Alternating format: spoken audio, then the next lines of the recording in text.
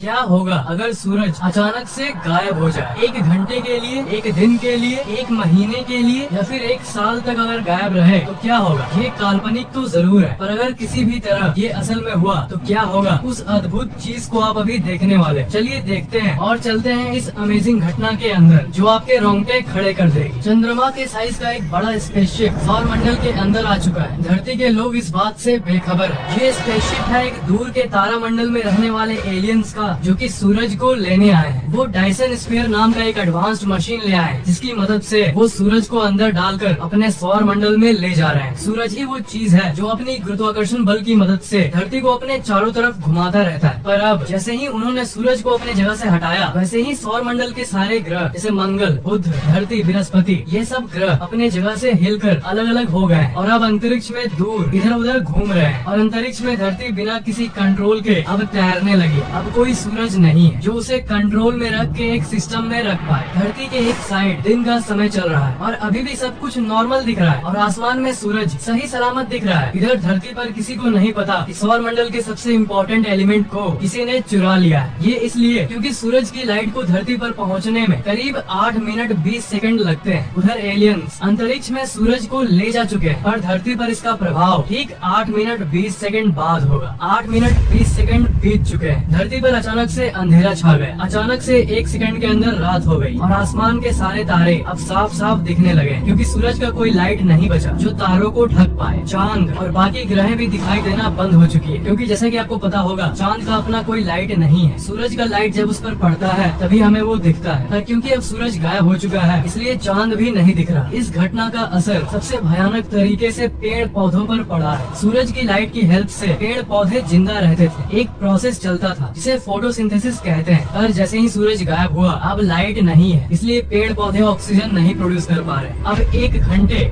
बीत चुके हैं। आधी दुनिया को समझ नहीं आ रहा कि आखिर ये हुआ क्या। जहाँ रात था वहाँ भी खबर पहुँच चुकी है कि धरती के दिन वाले साइड में भी रात हो चुकी है। पूरी दुनिया इस घटना से हैरान है। टेम्परेचर धीरे धीरे गिरने लगा है। धरती धीरे धीरे ठंडी होनी शुरू हो गई। पर धरती के अंदर का जो कोर है उसके चलते धरती अभी भी अच्छी खासी गर्म है और ज्यादा फर्क नहीं पड़ा है। अब 24 घंटे बीत चुके हैं। सब कोई सूर्योदय की उम्मीद कर रहा है, पर सुबह के 8 बज गए पर अभी तक कोई सूरज नहीं निकला। गवर्नमेंट भी कुछ नहीं कर पा रही, क्योंकि ये घटना इंसानों के हाथ में नहीं है। अब तापमान 8 डिग्री सेल्सियस तक नीचे गिर गया है। कुछ पेड़ पौधे और जानवर अचानक से बदलते इस मौसम के चलते कमजोर होना शुरू हो गए हैं। सारा सिस्टम नष्ट हो चुका है। पर समुद्र के अंदर के जो जीव हैं, उन्हें कुछ चेंजेस नहीं दिख रहे। उनके लिए उनकी दुनिया अभी भी वही है। अभी भी जगह जगह पर थोड़ी गर्मी बची हुई है, क्योंकि धरती के वायुमंडल की एक खासियत ये है कि वो सूरज से मिली गर्मी को कुछ दिनों के लिए अपने अंदर रख सकता है, जिसके चलते ऐसी नौबत नहीं आए कि हर जगह बर्फ ही बर्फ हो जाए। पर ये स्टोर्ड गर्मी सूरज के बिना सिर्फ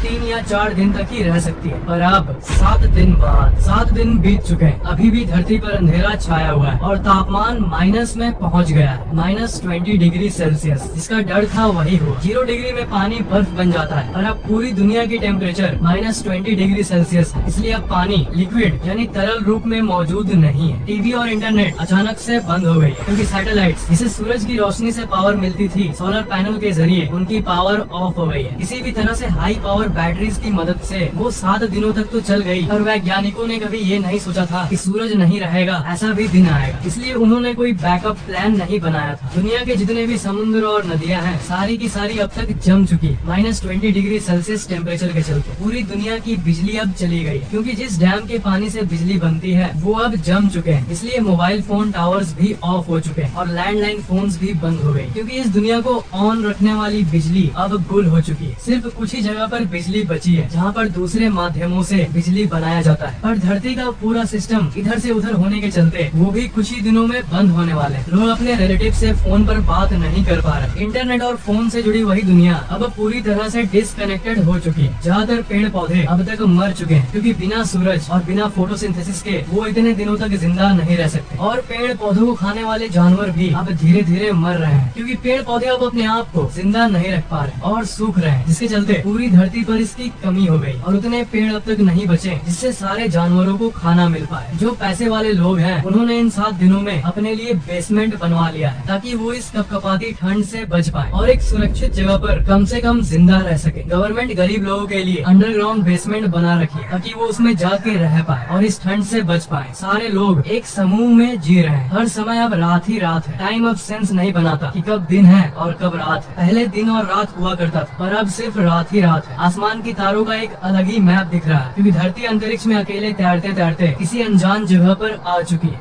1 महीने बाद धरती ठंडी और ठंडी होती जा रही है। तापमान करीब -40 डिग्री सेल्सियस पहुंच चुका है और अब अंतरिक्ष से धरती कुछ ऐसा दिख रहा है। जमी हुई धरती जो कपकपा रही है। ऑलमोस्ट पूरी धरती अब बर्फ से ढक चुकी है। धरती के लगभग सारे पेड़ पौधे मर चुके हैं। उनको छोड़कर जिन पेड़ पौधों को ठंडी जगहों में पहले से रहने की आदत थी। धरती के ज्यादातर जानवर अब मर चुके हैं। समुद्र के अंदर की जीव की बात करें तो समुद्र जमने के चलते वो भी अब तक मर चुके हैं। क्योंकि सारे पेड़ पौधे खत्म हो चुके हैं इसलिए CO2 यानी कार्बन डाइऑक्साइड की मात्रा हवा में अब 1 महीने बाद इतनी हो चुकी है कि हर एक सांस अब सिगरेट के धुएं जितनी खतरनाक हो चुकी है। जब पेड़ पौधे जीवित थे तब वो हवा को साफ रखते थे पर अब हवा को साफ रखने के लिए कोई नहीं रहा। एक और जगह है जहाँ पर समुद्री जीव अभी भी बचे हुए हैं, जहाँ पर हीट ज्यादा है। जैसे वो नदियाँ जो कि किसी ज्वालामुखी के आसपास है, वो नदियाँ अभी तक तरल रूप में है इसलिए उसमें अभी 1 महीने बाद भी कुछ जीवन बचा हुआ है। 1 साल बाद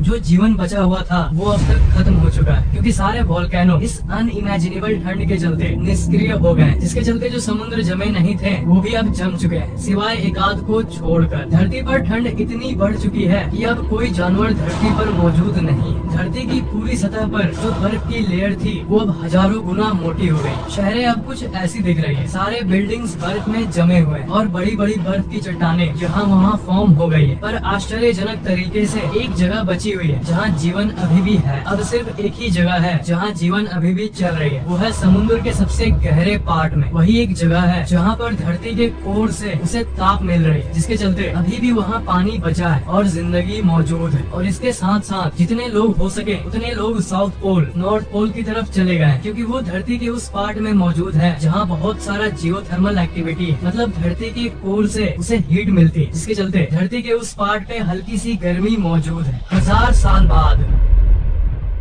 1000 साल बीत चुके हैं और अभी तक सूरज नहीं निकला। धरती की आबादी खत्म होते जा रही है क्योंकि धरती पर न ही कोई पेड़ है और न ही कोई जानवर। लोगों के पास खाने का कोई सोर्स नहीं बचा है। धरती में अब ऑक्सीजन की मात्रा अब ना के बराबर है। 1100 साल बाद और 100 साल बीत चुके हैं। धरती का तापमान -160 डिग्री तक पहुंच गया है और इस तापमान में इंसानों का कुछ ऐसा हाल हुआ है। 1100 सालों बाद अब धरती अंतरिक्ष में तैरते तैरते एक अनजान नई जगह में आ गई है, सौर मंडल से बहुत दूर। और इधर दूसरे side Jupiter, Saturn, Mars, mercury सारे ग्रह अरबों किलोमीटर दूर दूर हो चुके हैं एक दूसरे से। धरती फाइनली अब 1100 साल में तैरते तैरते उस जगह आ गई है जहाँ पर अंतरिक्ष के रैंडम एस्ट्रॉयड अब धरती से टकराना शुरू हो गई। अंतरिक्ष में तरह तरह के एस्ट्रॉयड और दानव पार्टिकल्स घूमते रहते हैं और बहुत खतरनाक रेडिएशन भी आती रहती है जो कि धरती को कभी भी हिट कर सकती है। अपने इस सफर के आखिर में धरती एक बहुत तेजी से आती हुई एस्ट्रॉयड से टकरा गई और अब सब कुछ खत्म हो गया।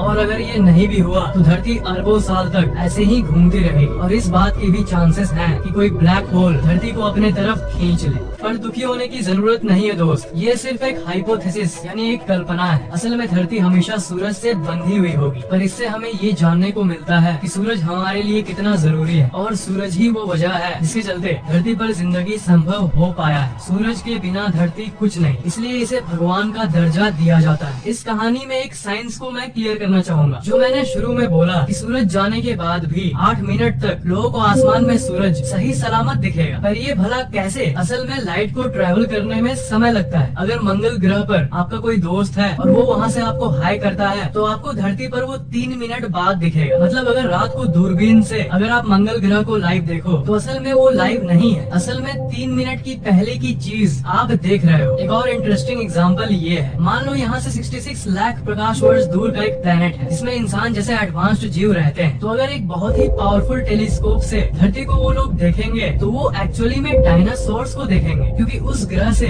धरती तक लाइट को पहुंचने में 66 लाख साल लगते हैं। इसलिए अभी अगर रियल टाइम में भी वो धरती को देखें तो वो असल में डायनासोर्स को देखेंगे। पर यहाँ पर तो हम इंसान जी रहे हैं। और इस चीज को देखते हुए और एक अमेजिंग फैक्ट ये निकलता है कि रात को जो आसमान में आप इतने सारे तारे देखते हो वो असल में वहाँ नहीं है, वो कब के मर चुके हैं, वो पास्ट है, वो अरबों खरबों प्रकाश वर्ष दूर के तारे हैं। इसलिए आज से 1 अरब साल पहले जो था तब का लाइट हमें अभी जाके पहुंचा है, क्योंकि लाइट को पहुंचने में इतना समय लगा है। इसका मतलब अरबों साल पुरानी चीज को हम अभी देख रहे हैं। अभी इस मोमेंट में एक्चुअल में इस समय में वहाँ क्या होगा ये कोई नहीं जानता। जो आप देख रहे हो सब पास्ट है। आसमान में शाम के वक्त जो आप लाल सूरज देखते हो वो असल में 8 मिनट पहले का दृश्य आप देख रहे हो। आप लाइव सूरज को देखते हुए भी लाइव सूरज को नहीं देख पाते। बड़ी अमेजिंग बातें हैं ये, isn't it? ये वीडियो आपको कैसा लगा नीचे कमेंट जरूर करना, लाइक और शेयर जरूर कर देना। और अगर आपने अभी तक इस चैनल को सब्सक्राइब नहीं किया है तो सब्सक्राइब जरूर कर लेना। और अगर अभी तक घंटा नहीं दबाया है तो उसे भी दबा देना।